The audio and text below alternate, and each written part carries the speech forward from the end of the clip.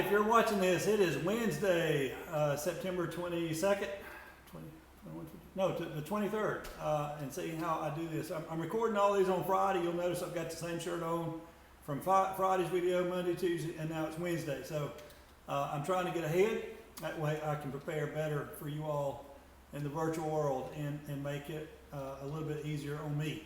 So again, hopefully what we're doing is easier on you, it's easier on me. But today is Wednesday. Let me kind of go through the agenda today. You need to take your punctuation test. You're going to, if you'll notice on the top of the week, if you click on Schoology, there's a quiz and test announcement. I hope you are paying attention to that before you go to a day. It lets you know what days are imperative. Again, my tests and quizzes are only going to be available between 8 in the morning and midnight. So that gives you plenty of time to get online each day, or each day there's a test, and complete that test. Failure to do so may result in a bad grade. So try to get your technology equipment up to date if possible. Hopefully everybody's good to go, and we can rock on those things. But again, check your agenda.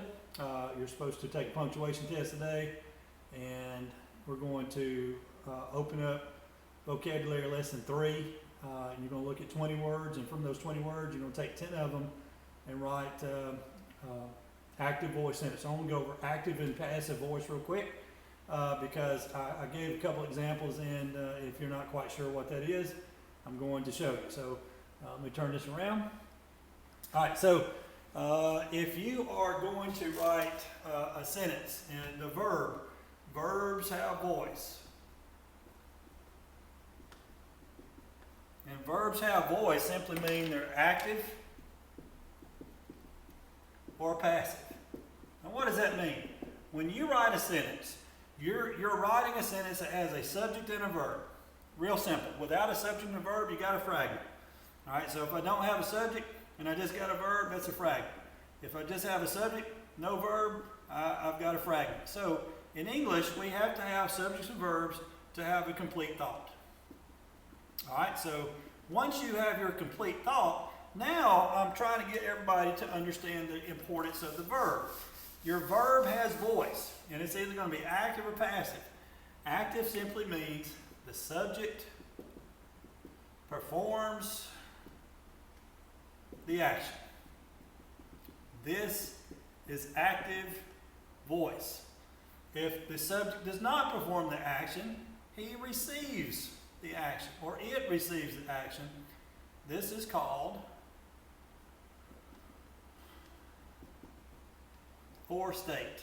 Let's just say state of being. Sometimes there is no action. It's just am, is, are, were, was, be, or being. It's one of those be verbs. Then this is going to be passive. On the ACT, which those of you who want to do academies next year, you have to take the ACT as a freshman or the AccuPlacer for the 2-year college. So the ACT gets you into the 4-year Troy programs, and the AccuPlacer gets you into the 2-year junior colleges. So if any of you are wondering, well, what does this have to do with that? On college, let's see, on ACT, AccuPlacer, exams, and college writing, let's see, active voice is preferred. All right, so this is preferred. Now there's nothing wrong with a passive voice sentence. Let me give you an example. The girl is nice.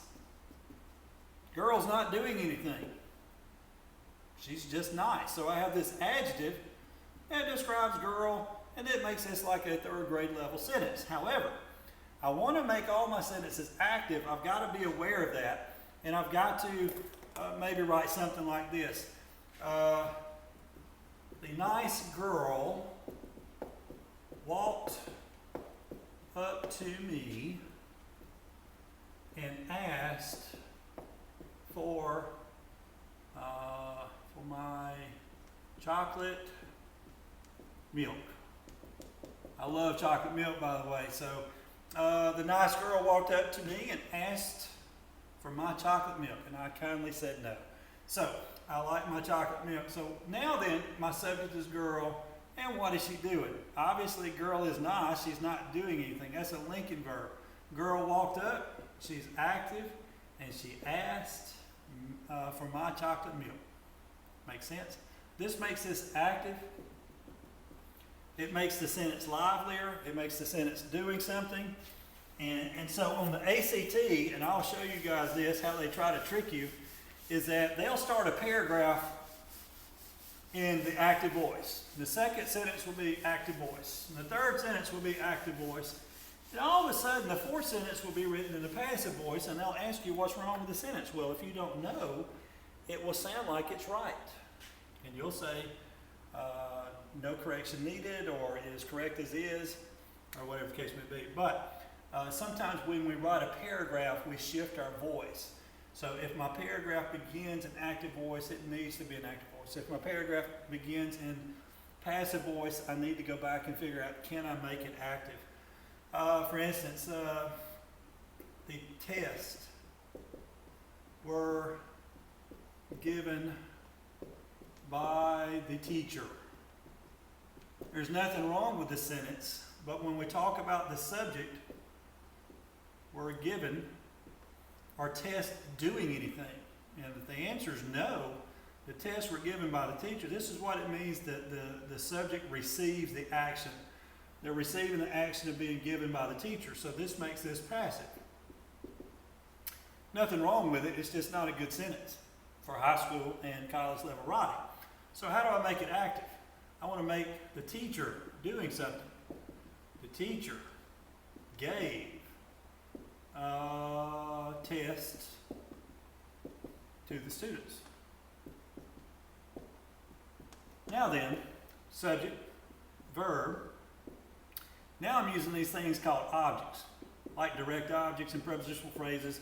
Up here, not a whole lot of stuff. So what is preferred in college writing and ACT? This right here, active voice. What does it mean? The subject performs the action. Passive voice is okay. There's nothing wrong with it. It's just not what they want on the ACT or in college writing. So it's about editing. It's about going back and editing your sentences. And this is something that we'll practice in class, both virtual and in class, is editing what we've written. So I want to avoid this, and I want to try to do more of this.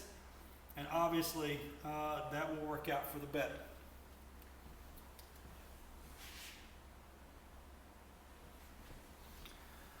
So hopefully that made a little bit of sense on active and passive voice. Those of you who did the assignment a couple weeks ago where you had to write sentences in active voice, you did a great job.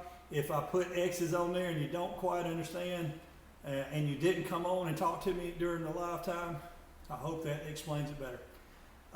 Today, when you finish your activity, it's in a Word document, so you're going to have to connect to the OneDrive and submit through there. Hopefully it works. If not and you have any problems, please let me know. And you all have a great day.